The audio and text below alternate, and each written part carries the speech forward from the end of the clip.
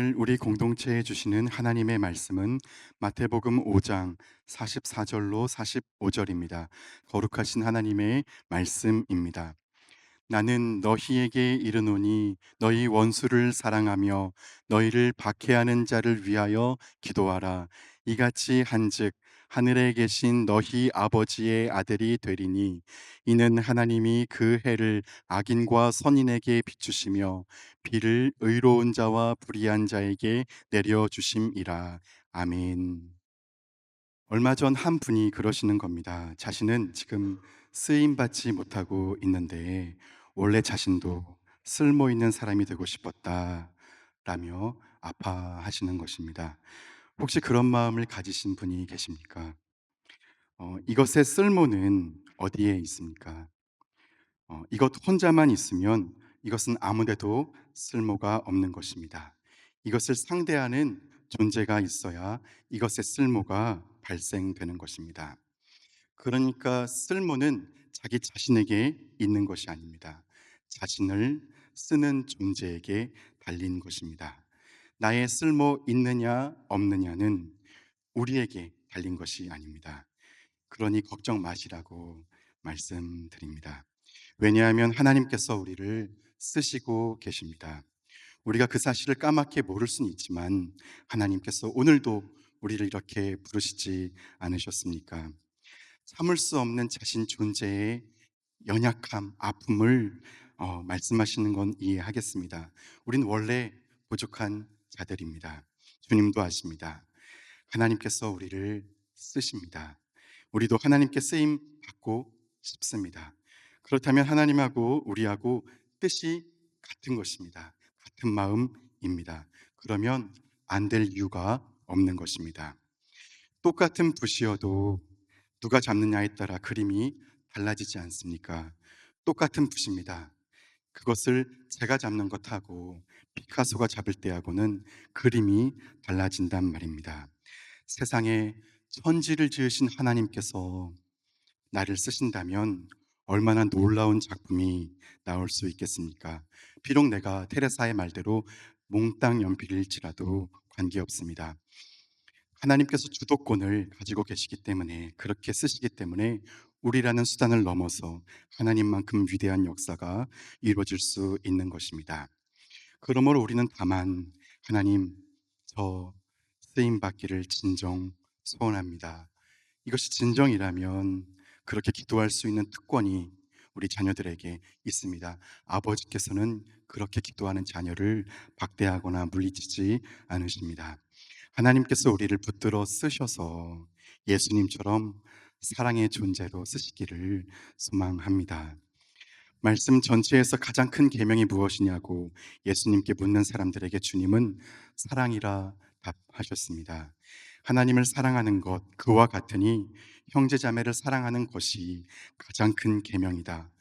그러니까 다른 모든 계명들은 그 사랑의 계명을 위한 부수적 계명이라고 말할 수 있습니다. 태초에 무엇이 있었습니까? 태초에 사랑이 계셨습니다.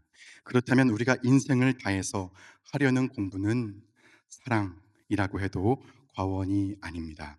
사랑을 안다는 것은 하나님을 안다는 말인데, 하나님을 안다면 다른 건 몰라도 좋습니다. 하나님은 사랑이십니다. 여러분, 사랑하면 떠오르는 사람 누구이십니까? 어머니 맞습니다. 어머니는 사랑의 대표 주자입니다. 설명이 필요 없습니다. 또 사랑에 목숨을 거는 젊은 남자와 여자 생각할 수 있습니다. 그러나 어머니의 사랑도 젊은 남녀의 사랑도 그 한계가 분명합니다. 그들의 사랑은 내 자녀, 내 사랑에 국한되기 때문입니다. 자신의 자녀를 위해서는 물과 불 속에도 뛰어드는 어머니이지만 남의 자녀를 위해서는 안 그런단 말입니다. 자신의 애인을 위해서는 어떤 추위 속에서도 외투를 벗어주지만, 우리 남자분들 그러시죠. 그렇지만 그들의 사랑은 내 사랑이 아닌 사람들은 그렇게 하지 않습니다. 내 사람, 내 사랑, 내 가족, 내 친구, 내 지인, 우리 교회, 우리 학교, 우리 사람, 임으로 사랑하는 것. 그러나 그 경계 밖의 사람은 사랑하지 않는다면 그것은 내 존재의 참으로 작음을, 내 영적인 미성숙을 만천하에 드러내는 일입니다. 여러분, 우리 주님은 우리에게 낯선 사람, 내가 사랑하지 않고 있는 그 사람뿐 아니라 원수까지 사랑하라고 말씀하십니다. 나를 아프게 하는 사람도 사랑에서 제외될 수 없습니다. 그를 위해 기도하라 말씀하십니다. 그러니까 오늘 이 말씀은 다른 것 아닙니다. 사랑의 지평을 넓혀라. 사랑의 확장을, 존재의 확장을 말씀하고 계신 것입니다. 얼마만큼입니까? 예수님만큼. 주님께서 말씀하셨습니다. 너는 나를 따라오너라. 세월호의 희생자인 단원고 2학년 5반 이창현 군의 어머니 최선화 집사님을 우리가 잘 압니다. 세월호를 애도하기 위해 노란 리본을 달고 다니는데 교회에서 모두의 시선이 언제부턴가 아프게 느껴졌고 계속 느껴지다가 시간이 지나 결국 그 공동체로부터 낯선 사람 취급을 받고 있다는 사실을 알게 되었고, 더 이상 그녀는 교회에 머물 수가 없어서 밖으로 나오게 되었다는 것, 우리가 알고 있습니다. 최선아 집사님이 믿음을 버린 것 아닙니다. 교회가 그녀를 버린 것입니다. 교회가 예수를 버린 것이죠. 여러분, 그리스도의 사람은 넓은 품에 존재여야 합니다. 편협한 그리스도인이라는 말, 얼마나 모순적인 말입니까? 성립되지 않는 말입니다. 그러나 오늘 한국 교회가 세상의 조롱거리가 되고 있는 까닭은 바로 그 편협함 때문이 아니겠습니까? 예수님은 그토록 품이 넓은 산 같은 존재셨는데, 예수의 사람인 우리가 사랑의 지평이 협소하다면 우리는 우리의 삶과 우리의 존재로 예수를 부인하고 있는 것이라고 말할 수밖에 없겠습니다. 릴케조차 이렇게 말했습니다. 지금 이 세상 어디선가 울고 있는 사람은, 이 세상에서 울고 있는 사람은 나 때문에 우는 것이다. 세상 그 누구도 자신과 무관하지 않다고 보았습니다. 에베소서 4장 6절에는 하나님은 만민의 아버지시다 말씀하십니다. 하나님께서 만민의 아버지이십니다. 그러면 타가 없는 것입니다.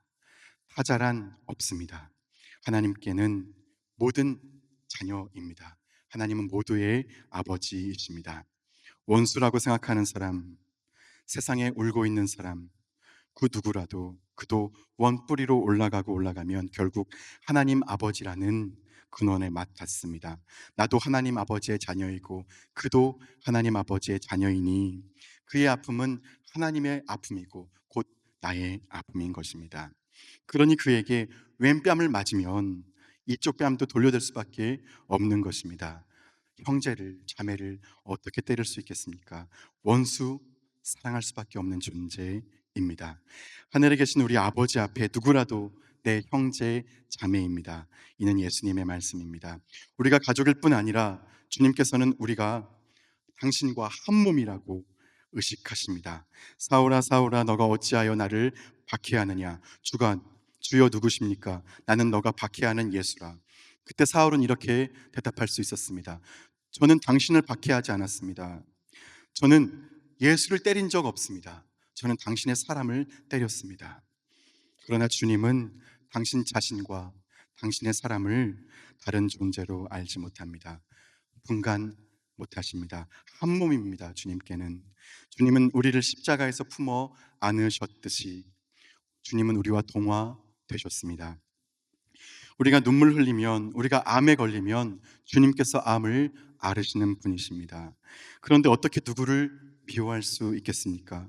어떻게 형제를 해치겠습니까? 말로라도, 정신적인 폭력이라도 어떻게 할 수 있겠습니까? 그 행위가 모두 주님을 향한 것인데, 사람에게 행하는 우리의 행위가 다 하나님께로 소급되는데 어찌 두려워하지 않을 수 있겠습니까? 참사로, 전쟁으로, 재해로 아픈 사람들, 우리 형제자매 아니겠습니까? 그 속에서 죽어간 자녀들, 그리고 그때로부터 심장이 멎은 듯 시간이 멈춰버린 부모님들, 그 형제자매를 외면하면서 아버지 하나님을 예배한다는 것이 가능하다고 생각하십니까? 아버지 가슴에 흐르는 피눈물을 외면한 채, 모른 채 예배하는 것이 불가능합니다. 여러분, 주님은 우리가 아직 원수였을 때 우리를 사랑하셨습니다. 책임지셨습니다. 선인과 악인을 이분법적으로 갈라놓고 좋은 사람은 사랑하고 나쁜 사람은 미워하는 세계, 그 세상 정신을 파기한 사건 십자가입니다. 그렇게 사랑하는 자 하나님께서 책임지신다는 것 부활입니다. 우리 하나님 아버지께서는 악한 자녀에게나 선한 자녀에게나 똑같이 해를 비춰주시고 의로운 자녀에게나 원수 같은 자녀에게나 똑같이 비를 내려 주신다고 말씀하십니다. 하나님은 자녀를 차별하지 않으십니다. 우리는 그리스도의 장성한 인격, 그 성숙한 존재로 부르심을 받았습니다. 누가 성숙한 자입니까? 죄와 단점, 허물이 없는 자입니까? 죄와 단점, 허물들을 있는 사람을 보듬어 안고 가는 품을 가진 자가 성숙한 자입니까? 그러므로 우리가 인간이 가야 할 길은 단 하나입니다. 영원하신 주님의 가슴을 끌어안고 가는 길, 오직 사랑의 길밖에 없습니다. 사람이란 사랑 속에 있을 때 진정 사람입니다. 예수는 그 참 사람의 길을 내셨고 앞서 가시며 우리에게 따라오라 말씀하십니다. 여러분, 미운 사람을 미워하다 보면 내 마음속의 평화가 사라지고 맙니다. 내 속에 미움이 있는데 어떻게 평화가 이루어질 수 있습니까? 어떻게 천국이 내 속에 이루어질 수 있겠습니까? 미움이 우리 영혼 한구석에 자리하면 우리 영혼은 압박당하고 질식당할 수밖에 없습니다. 사랑이 확장되는 길, 존재의 확장으로 가는 길, 다른 것 없습니다. 오늘 예수님의 말씀대로 내 마음에 들지 않는 사람, 미운 원수를 사랑하고 나를 해치는 사람을 위해서 진심으로 기도할 때, 그렇게 사랑할 수 없는 사람을 사랑하려고 몸부림치며 고통당하며 기도할 때 우리는 비로소 큰 품의 존재로 비약하게 되는 것입니다. 사랑할 수 없는 자를 사랑하려고 할 때 고통스럽지만 그 고통이야말로 주님께 드릴 수 있는 우리의 사랑 아니겠습니까? 우리를 가자고 하면 심리를 가주라. 옷을 달라고 하면 두 벌을 줘라. 이쪽을 맞으면 반대편도 돌려대라. 이 말씀은 우선 주님께서 가해자가 존재한다는 것, 가해자의 존재를 인정하신 것입니다. 그런 자들이 있다. 역사에는 언제나 그런 이들이 있다. 그것이 세상이다. 미움, 폭력, 정신적이든 물리적이든 악이라는 바람이 부는 세상이 우리의 세상이다. 인정하신 것입니다. 그런데 심리를 가져라. 이 말씀은 우선 가해자에게 하시는 말씀이 아닙니다. 피해자에게 하시는 말씀입니다. 주님이 왜 피해자에게 말씀을 주십니까? 미움, 폭력, 악을 이기는 길은 가해자에게 있지 않고 피해자에게 있기 때문입니다. 로마를, 제국을 이기는 길 역시 제자들에게, 그리스도를 따르는 이들에게 있었습니다. 초대교회가, 예수의 사람들이 로마를 정복한 것 아니겠습니까? 예수의 이름, 그 사랑으로. 그리고 심리를 가져라, 그 말씀은 가해자보다 강하고 더 큰 존재가 되어라. 당하는 자 되지 말고 심리를 가주는, 원수를 포괄하고도 남는 넓은 산이 되어 주어라 라는 말씀이 아닐 수 없습니다. 큰 그릇은 작은 그릇을 담을 수 있는 것입니다. 돈만 주면 폭력을 당하는 자입니다. 그러나 두 벌을 주면, 심리까지 가주면 폭력의 사람보다 더 큰, 그를 포괄하고 있는, 품고 있는 산 같은 존재입니다. 주님의 말씀은 원수까지도 포괄할 수 있는 크고 강한 존재가 되라는 부르심입니다. 그 부르심에 순종할 때 우리의 사랑이, 존재의 크기가 확장되는 것은 마땅한 이치입니다. 그리고 그럴 때에야 비로소 한 가지 가능성이 발생합니다. 그의 악의 선으로 갚아줄 때, 원수를 사랑할 때 가해자는 자기의 악을 볼 수 있습니다. 양심이 찔립니다. 자기 성찰의 순간 맞이할 수밖에 없습니다. 여러분, 악이란 선의 부재입니다. 그러므로 악은 선으로 이길 수 있는 것입니다. 악을 몰아낼 다른 방도는 없습니다. 악을 악으로 이길 수는 없습니다. 그러면 2차전, 3차전이 벌어지는 것입니다. 그것이 악의 역사입니다. 사랑만이 길입니다. 사랑은 하나님의 최선입니다. 사랑이 열매 없는 것 같아 보일지라도 그때도 역시 사랑만이 인류의 길입니다. 한 사람의 고백입니다. 내가 있던 부대에 예수를 믿는 사람이 있었는데 나는 그 사람을 못 살게 굴었습니다. 어느 비가 몹시 내리던 날 밤, 그는 지쳐서 들어와서는 잠자리에 들기 전 기도를 하려고 무릎을 꿇었습니다. 나는 진흙이 잔뜩 묻은 내 장화를 그 사람의 머리 위에 올려놓았습니다. 그러나 그는 계속 기도했습니다. 다음 날 아침 일어나 보니 그 장화가 깨끗이 닦여져서 내 침대 옆에 가지런히 놓여 있었습니다. 그것이 나에 대한 그의 보답이었고 그것이 내 마음을 녹였습니다. 나는 그날 구원받았습니다. 여러분, 생명이 자라나기 위해서는 따뜻한 온도가 필요합니다. 존재의 변화라고 하는 것도 사랑이라는 뜨거운 품 안에서 일어나는 사건 아니겠습니까? 십자가라는 뜨거운 사랑의 품이 사람을, 원수를 변화시키는 것 아니겠습니까? 그리고 그렇게 우리가 사람을 사랑할 때, 예수를 몸소 따를 때 하나님께서 우리를 귀히 여기시지 않겠습니까? 예수를 따를 때 아버지께서 그를 귀히 여기시리라 말씀하셨습니다. 여러분, 저는 지금도 당장도 이것만 생각하면 가슴이 뜁니다. 제 소원은 이것입니다. 오 사랑이신 하나님, 당신의 몸과 당신의 마음과 영혼으로, 이 몸, 마음, 영혼 제 것 아닙니다. 하나님의 것이죠. 당신의 몸과 마음과 영혼으로 사랑을 입고 그 사랑 흐르게 하시니 감사합니다. 하나님의 사랑을 입고 그 사랑을 내가 움켜잡지 않고 흐르게 줄 수 있으니 그것이면 되었지 무얼 더 바라겠습니까? 제 유일한 소원 그것밖에 없습니다. 양심의 가책 없이 제가 드릴 수 있는 기도입니다. 제가 오늘 여기서 여러분에게 무엇을 바랄 수 있다면 단 하나밖에 없습니다. 하나님의 그 말할 수 없는 사랑이 여러분의 몸과 마음과 영혼에 가득 고이고 그 사랑이 흐르고 흐를 수 있는 것, 형제 자매들에게 그렇게 흐르는 것, 그것밖에 없습니다. 그런데 그 길, 예수님께서 말씀하셨던, 친히 사셨던 그 길은 사람들의 지지를 받거나 대중의 칭찬을 받거나 그런 것하고는 거리가 전혀 멉니다. 주님을 따라 산다는 것은 예수님만큼이나 외로운 길입니다. 대중의 인정을 받지 못합니다. 인기는 관두고 인정도 못 받습니다. 오스왈드 챔버스라는 목사님이 이런 말을 했는데 동의가 됩니다.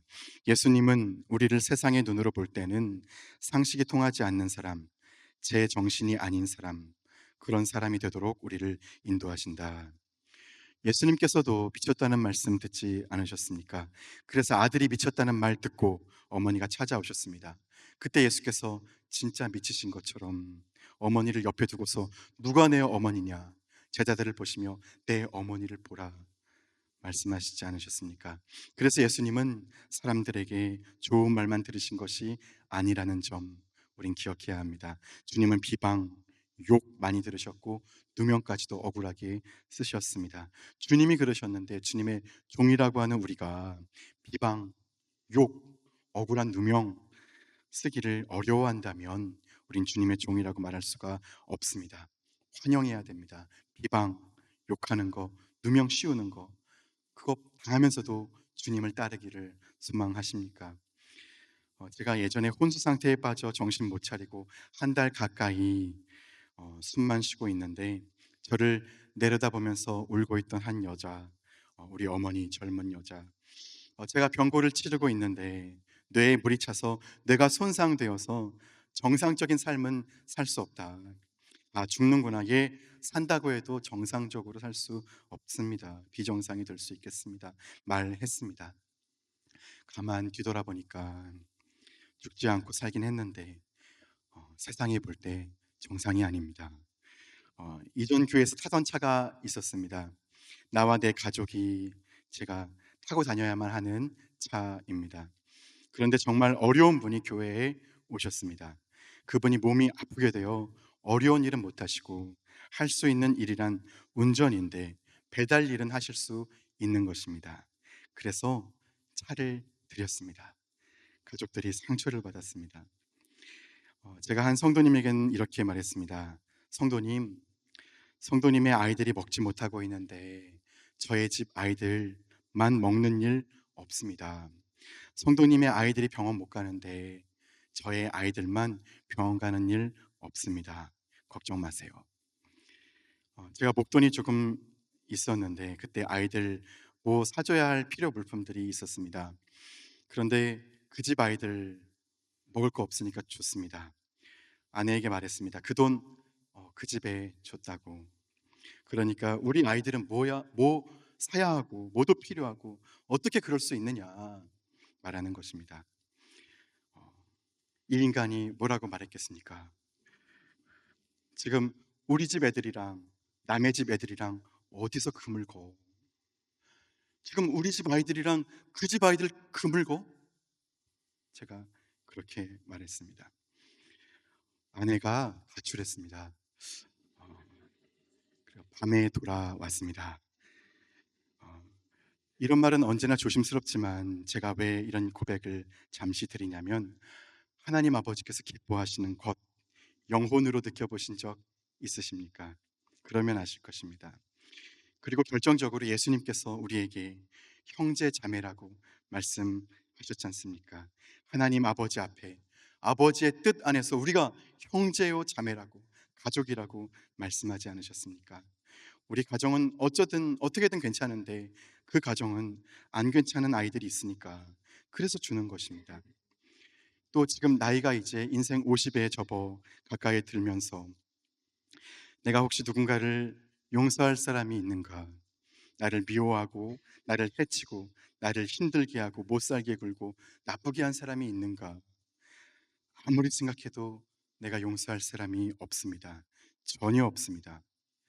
그 말은 아무도 나에게 잘못한 사람이 없다는 말입니다.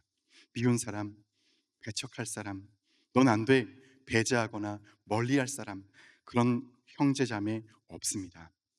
용서 빌어야 할 사람은 많습니다.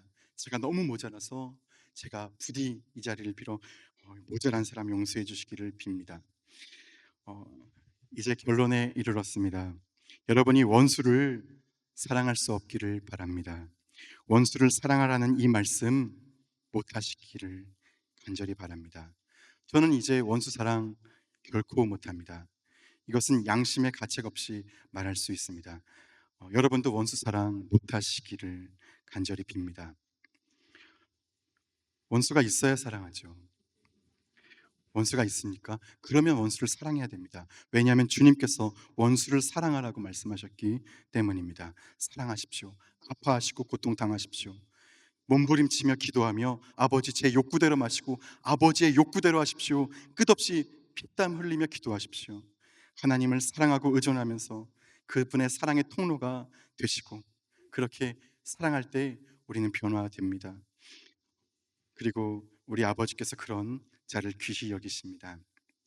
사랑하는 여러분, 십자가에서 예수님에게는 자기를 죽이는 사람들 앞에 예수님께는 원수가 없었습니다. 예수님께 어떻게 원수가 있겠습니까? 없습니다. 원수는 미워해야 되지 않습니까? 미움이 없는 걸요. 내 속에 없는 걸 어떻게 내줍니까? 그렇지 않습니까? 예수님이라는 분 안에 무엇이 있었습니까? 사랑밖에 없습니다. 사랑, 아무 조건 없는 사랑, 그것밖에 없습니다. 그런데 어떻게 미워하겠습니까? 어떻게 원수가 있겠습니까? 형제 자매를 한없이 사랑하는 것밖에 없습니다. 대신 죽어주고 싶은 그 사랑, 그것으로 꽉 차 있는 것입니다. 누가 나에게 무엇 좀 달라고 그러는데 나에게 그것이 없습니다. 그러면 줄 수가 없습니다. 베드로에게 돈을 달라고 하니까 나에겐 돈은 없다. 그러나 나에겐 나사렛 예수 그리스도의 이름이 있다. 그것으로 명하노니 일어나 걸어라. 안에 있는 것을 줄 수 있다는 말씀 아니겠습니까? 미워하는 마음이 없는데 누구를 미워합니까? 사랑하는 마음밖에 없습니다. 주님은 사랑이십니다. 만민의 아버지 하나님 앞에 형제 자매를 어떻게 미워합니까? 줄 수 있는 건 오직 사랑뿐입니다. 사랑이란 그렇게 상대를 가릴 수 없는 것입니다. 사랑이란 조건이 없는 것입니다. 하나님 우리 아버지는 그런 분이십니다. 그것이 바로 우리가 부여받은 단 하나의 계명, 새 계명 사랑입니다. 사랑의 존재는 어떤 형제 자매가 내 앞에 있든지 내어줄 수 있는 건 사랑뿐입니다. 그래서 주님은 자기를 죽이는 사람들을 향해서 그들이 자신에게 용서를 구하지도 않았는데 벌써 용서해 버리셨습니다. 그리고 아버지 저들을 용서해 주세요. 간절히 기도하셨습니다. 그 간청 사랑에서 나온 것입니다. 원수가 어디 있습니까? 없습니다. 따라서 예수님은 원수를 사랑하실 수 없으십니다. 한 아버지가 탄식을 했습니다. 어쩌란 말이냐? 이 아버지는 어쩌란 말이냐? 알고 보니 그에겐 두 자식이 있는 것입니다. 형은 인민군이고 아우는 국군입니다.